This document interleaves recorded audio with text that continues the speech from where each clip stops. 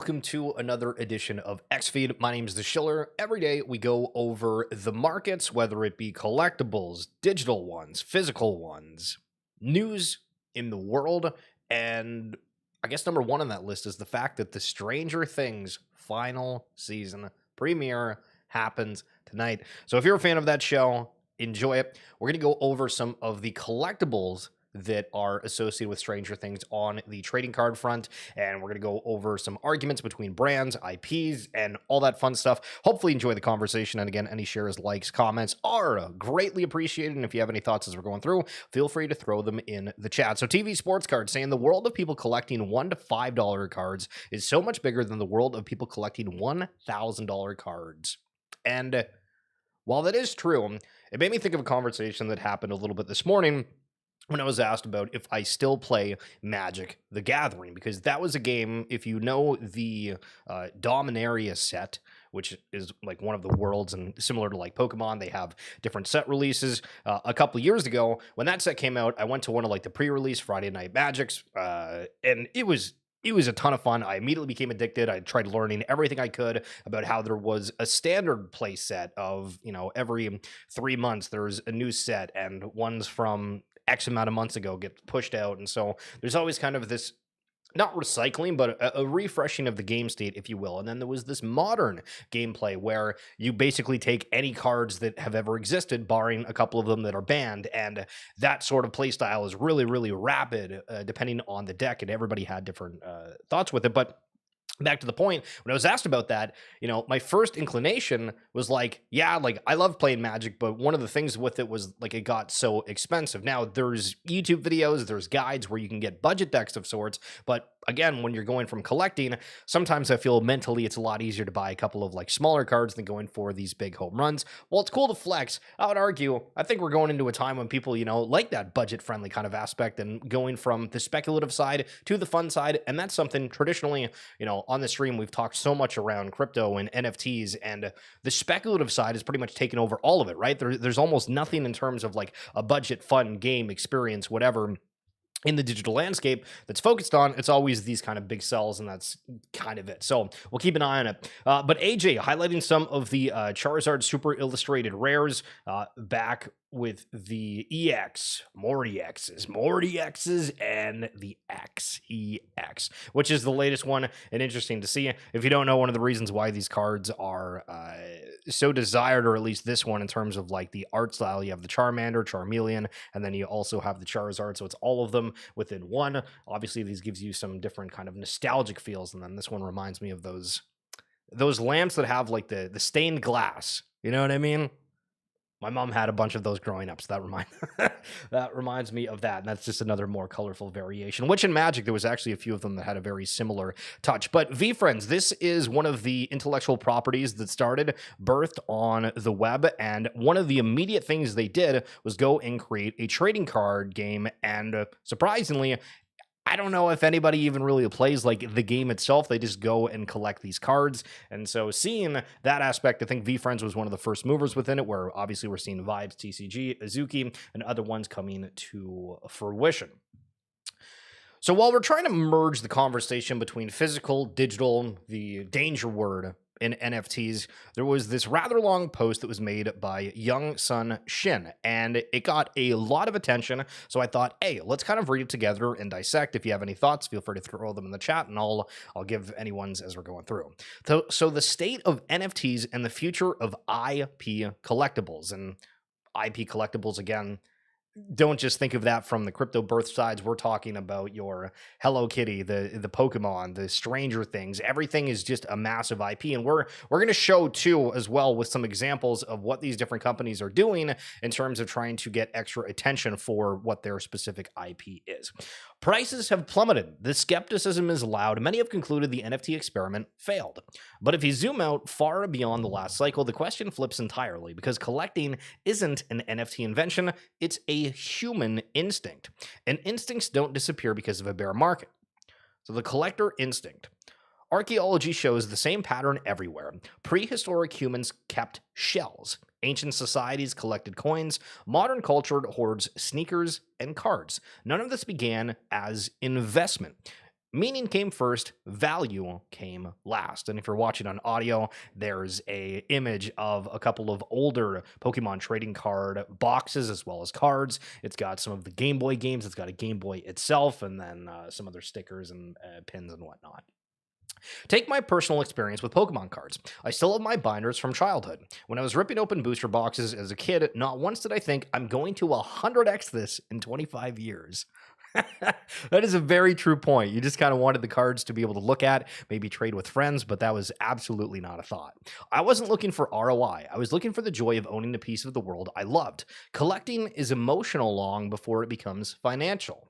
The liquidity disconnect. This is where the cultural mismatch happens. Crypto culture thrived from trading, speculation, leverage. Naturally, the first question is, does this go up? If it doesn't, they assume it has no purpose. But true collectors don't think like that. Collectors are the final consumers. Collectors care about meaning now, not resale later. This is the core multicultural mismatch around NFTs. Trader logic versus collector logic. The people buying Pokemon cards today at premium for further profit, they are traders and liquidity providers, not the foundation who are collectors. The world after the bubble.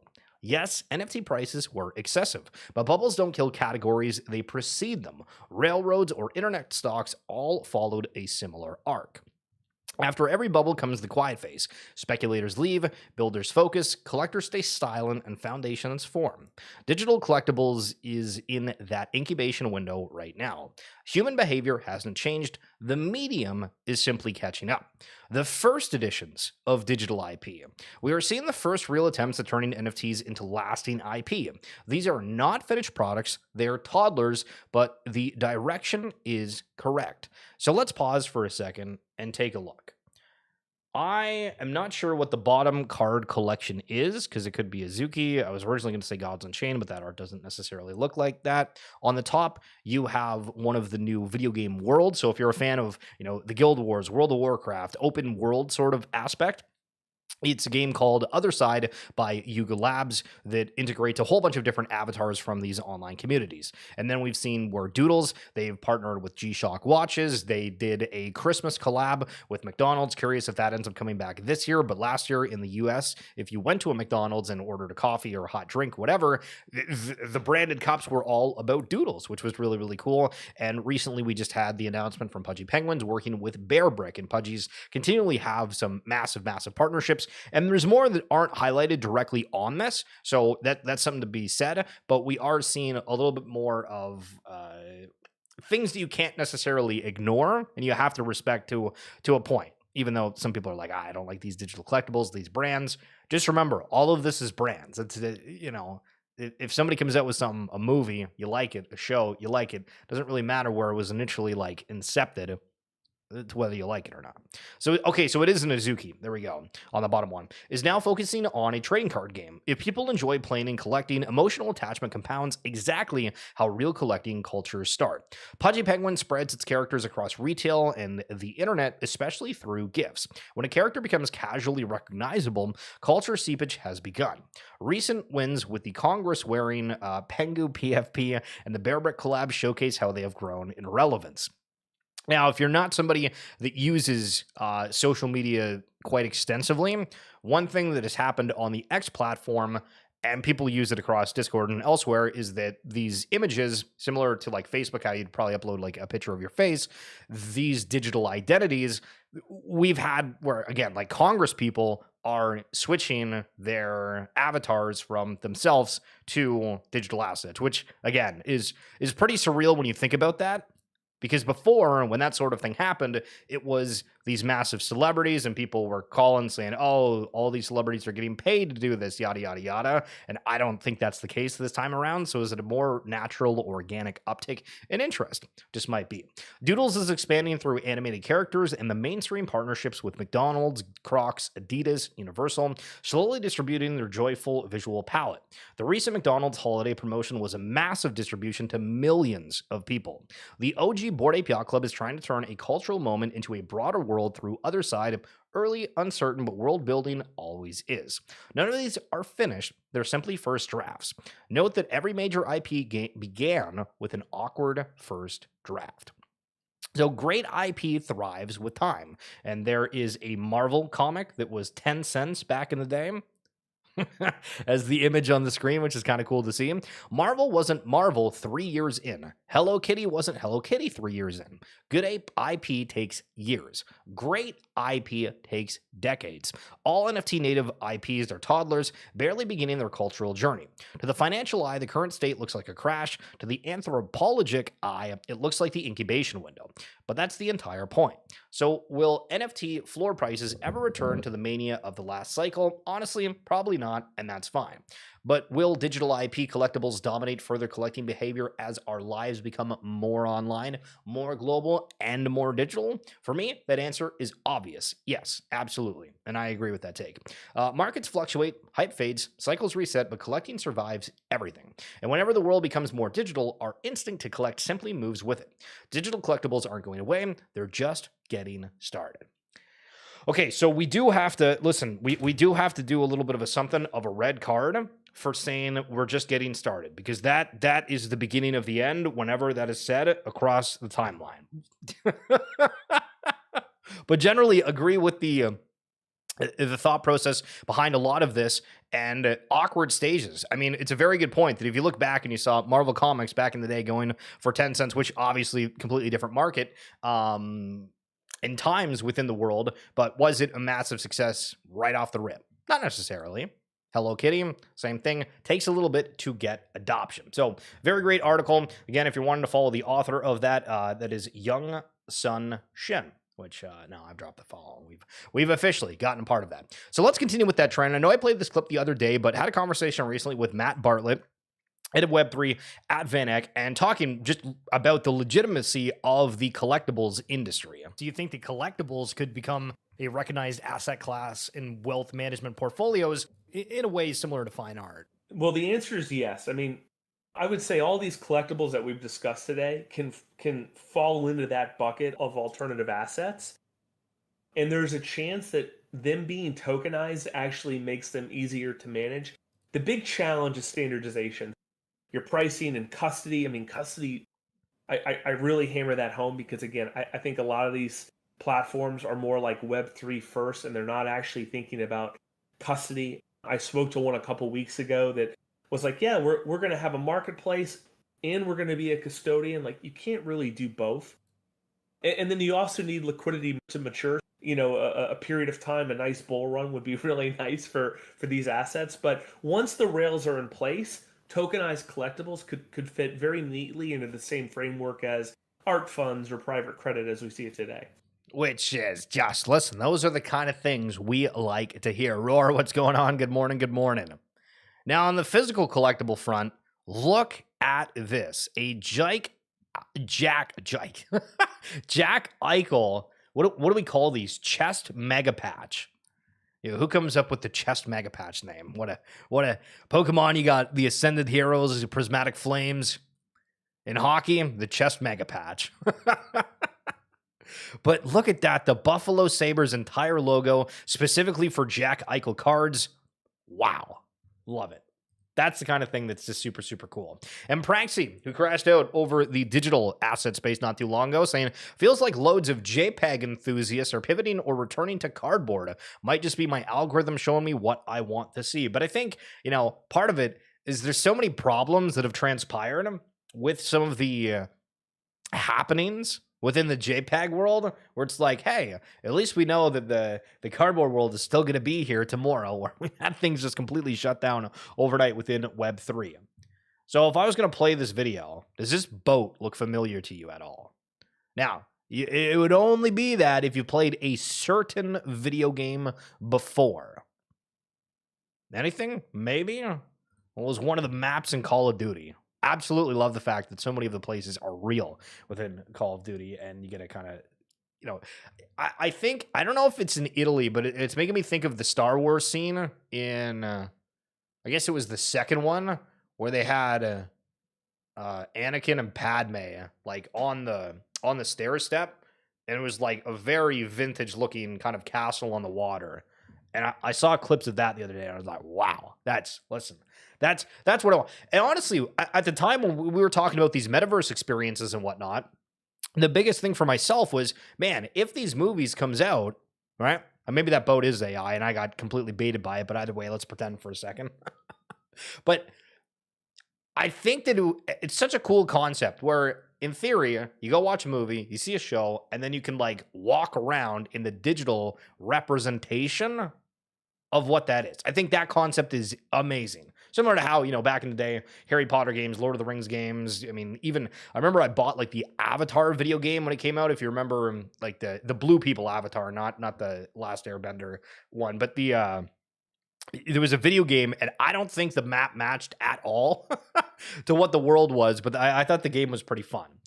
So I have a question for you. We have so much of a reference where people in the Web3 space look to what's going on within traditional collecting.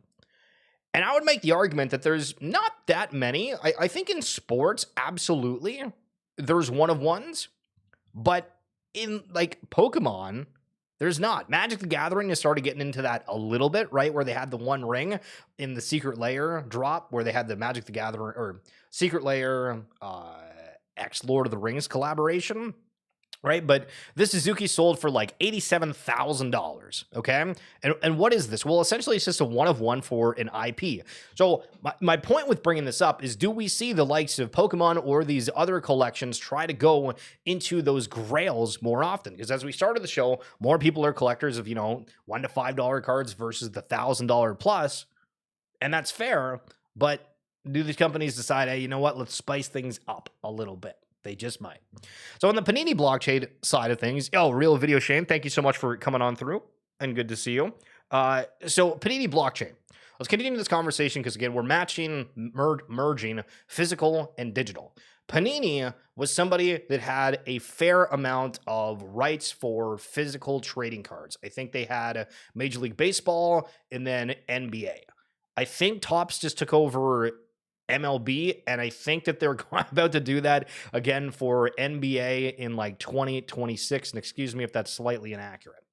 So I've made the argument for the past couple of weeks when we've seen Panini have these massive sales of, okay, if Panini is losing these physical licenses to Topps, but they have a digital variation of it, well, I mean, they're going to really try to push it. So I saw this from Spinatron that says we have 5,398 new collectors on Panini blockchain over 1 year. So stop for a second. Envision what 5,398 new people look like. Think of that if you're in a restaurant and you would have that amount of customers. Think of that in the long term. How many people continue to buy that of that 5,398? Because all of this is about growth. So is that number to you impressive? Well, we might say, okay, well, what if that cluster of people are a group that is I only want to buy $1 to $5 moments or cards, right? Digital, you get the idea, right? Okay. Well, I guess you don't really have to worry about that because the resultant sales increased by $60 million, which is a 75.98% increase from the past 5-year total, which is just absolutely bonkers to think about. And I have to admit, I didn't even think that Panini, like the blockchain, was 5 years old at this point. Like I know that it's really starting to kind of take attention, but back to the point that we had on that big long article of, you know, Marvel, Hello Kitty, they weren't, you know, those big IPs initially within the first 3 years. Well, arguably Panini has been like a pretty big brand, right? Like they do trading cards. People know what Panini is if you're into the hobby at any kind of situation. But the medium of exchange is what's changed a little bit, right? Where finding the online, the digital aspect took a little bit more time to find adoption. So we'll see. Does those 5,000 people that generated an additional 60 million have a further impact? How many other people join for the online discussion of things? And SpongeBob SquarePants points. Imagine SpongeBob SquarePoints. That's like a pinball video game sort of deal. But do you remember this scene? It was made into a card. I need it. Going back in the day to the good old SpongeBob of Hay.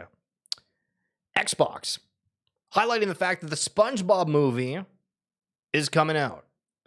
and having a little bit of you know what, we have controllers, and this is the point where we bring up the what are these brands trying to do to get attention, to get awareness? How can it benefit both of them in a way? So those people that really love SpongeBob or collectibles, have you ever thought about buying SpongeBob items just as collectibles, looking for that quote unquote 100x that we didn't know we should have thought about when we were opening cards, 25 years ago and whatnot? Because I look at this and I'm like, okay, well, if I have an Xbox, if I want to play a game, would I buy this for myself? I don't know. I'd probably just go buy a normal one at the store. But then if I think about it from, you know what, maybe down the road, people would really want this. Maybe it's a limited edition. Maybe people don't really, hold on to that thing or think with that mindset. It's funny how that works. And then Xbox and Crocs having a partnership where they now have Xbox branded Crocs. And so all these IPs are literally just proliferating everywhere, all working together, all trying to find, that mainstream adoption. Obviously, Crocs and Xbox are already there, so this is obviously a top of the line example, but we are seeing this just kind of straight up across the board. So again, think of the land before time. And again, this is like a little bit of a comparison game, but Claynosaurs, which is a brand new intellectual property. You're able to buy these herds, these individual characters. Somebody spent $93,000 thinking, hey, you know what? One of these characters is going to be highly valued at one day if the world is becoming more and more digital. So one of my favorite things, M. Dolly was going at, M. Dolly, Shane, and Roar. Are you guys Stranger Things fans? Out for spins. What's good? What's good? Talk to me for a second. Are you guys Stranger Things fans or no? Because I've got like a little bit of mixed signals where I brought it up and some people tell me, nope, I've never watched it. Maybe I've watched a little bit of it. Nah. And other people that are like, if I was watching in the theater, I would be the one to stand up and clap at the end of each episode if they did that, which I don't think they do. Do you know what Claynosaurs are up to? What utility will bring? Because $93,000, I don't get who would buy it.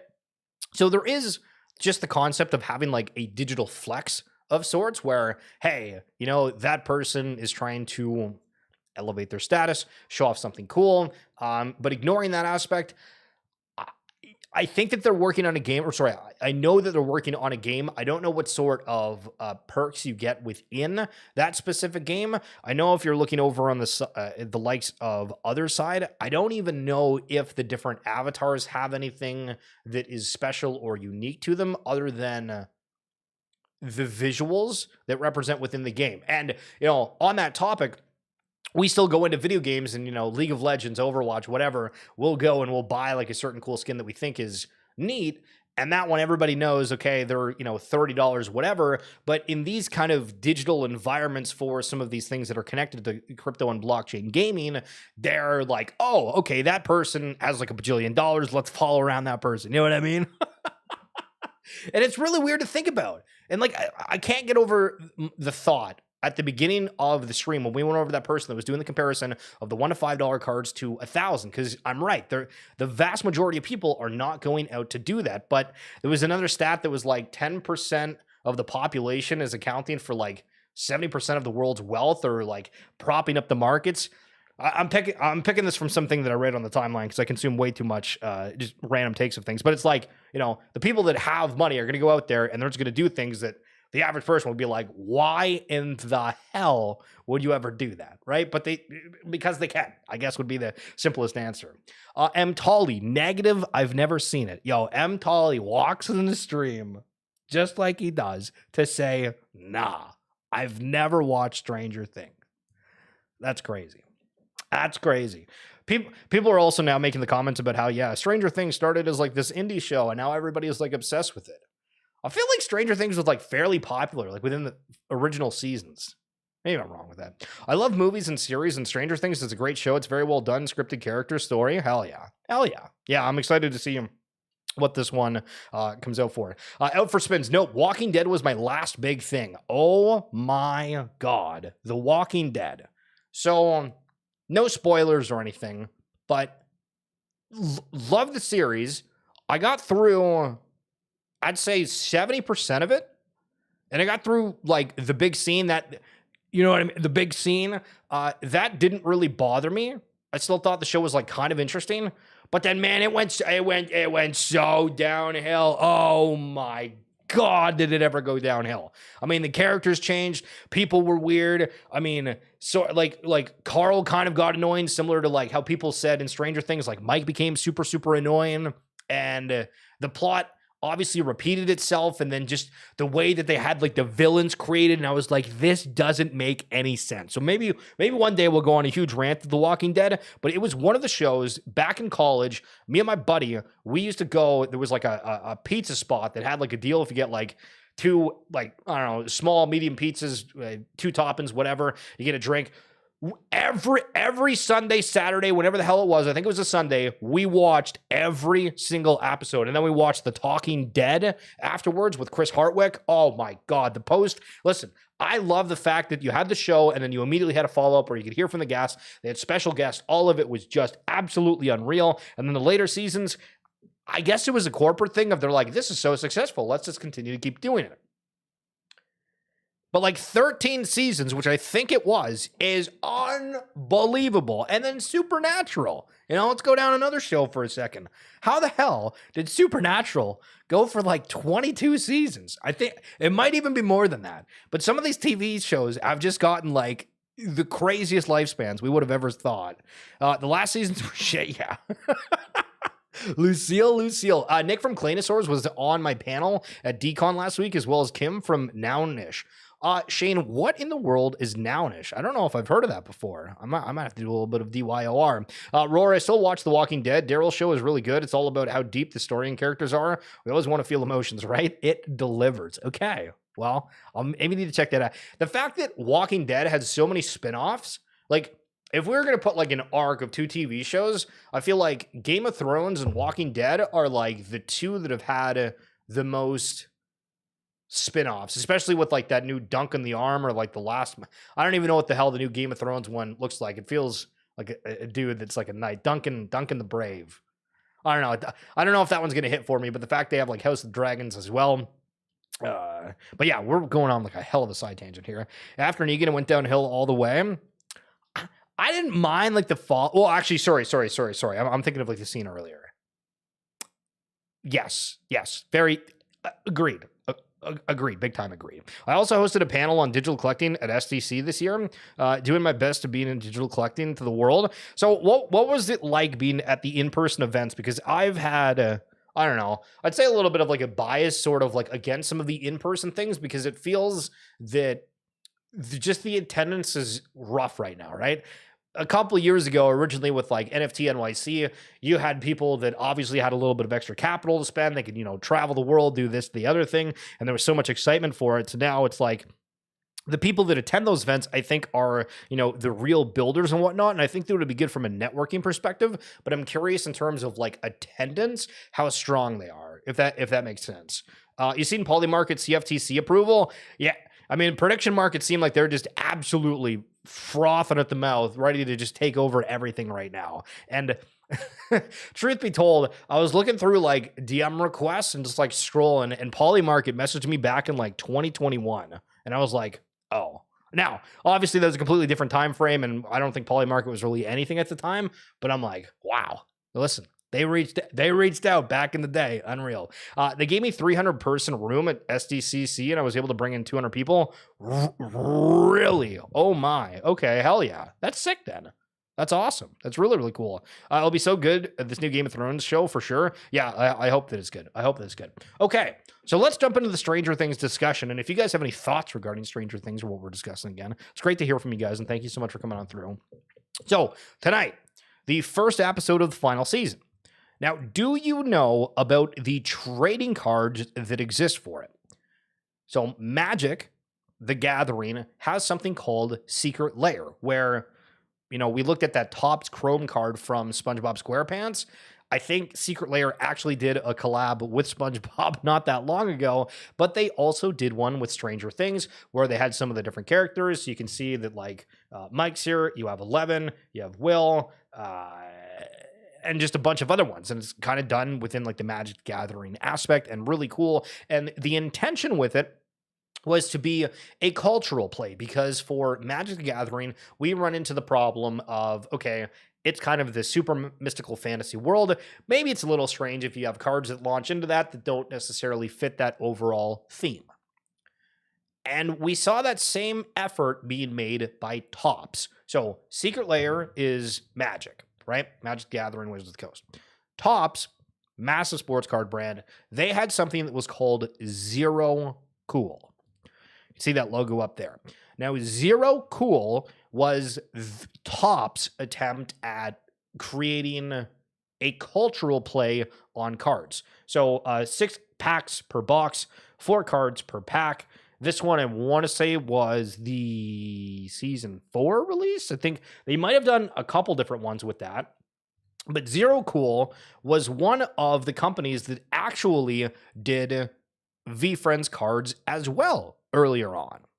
And they also did a release with Jackass. If you've ever seen the movie with Steve-O and the gang, they actually did like a cultural release of trading cards for Jackass. They did VeeFriends, and then they did Stranger Things. Now, I went on their Instagram, and you can see like their last post here is like from March, or sorry, this is like their second last post, but from 2023. It was like, oh, that's weird that it's like kind of like went out of business. And I don't know if it's the fact that they thought they couldn't keep up with what was going on with Magic Secret Lair, if they thought maybe these IPs just weren't finding grounds. I mean, we're seeing VeeFriends cards in general, which I don't think the VeeFriends cards are Zerocool anymore. Like it was a different set for it. Again, I gotta research it a little bit. But it's like, what? Why did Topps just like let Zerocool die if it's supposed to be the cultural play? I don't get that. So there's your little bit of knowledge around that. Magic Lair, Secret Lair, excuse me, and then Zerocool. Previous cards from Stranger Things. What does it look like when that show releases? And then Raptor's also doing like an entire advertisement for Stranger Things as well, which is kind of funny. And we're just seeing more and more of that. And actually here, we can check right now. Are these photos going to be zoomed in enough?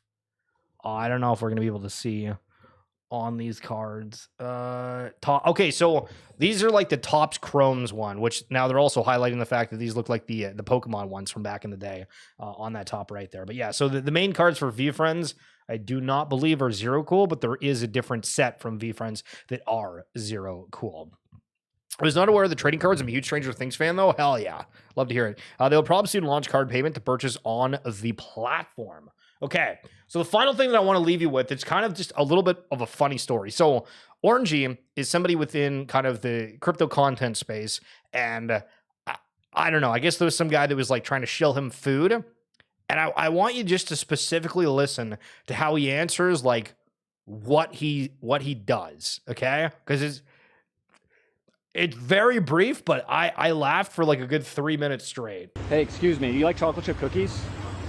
I'm on a cut right now, but I'm telling you, this is the greatest chocolate chip cookie you'll ever have in your life. It's the one thing I spend my calories on. Okay. Yeah, you gotta check out the merch. It does look pretty good. Yeah, it's Belgian Calibit chocolate, European butter, pasture-raised eggs. You want to take just one bite, one bite. You know the rules. And I ask people for a rating 1 to 10. Okay. I think I've seen you online somewhere. You make content? Yeah. What type of content do you make? Crypto. Good. Yeah.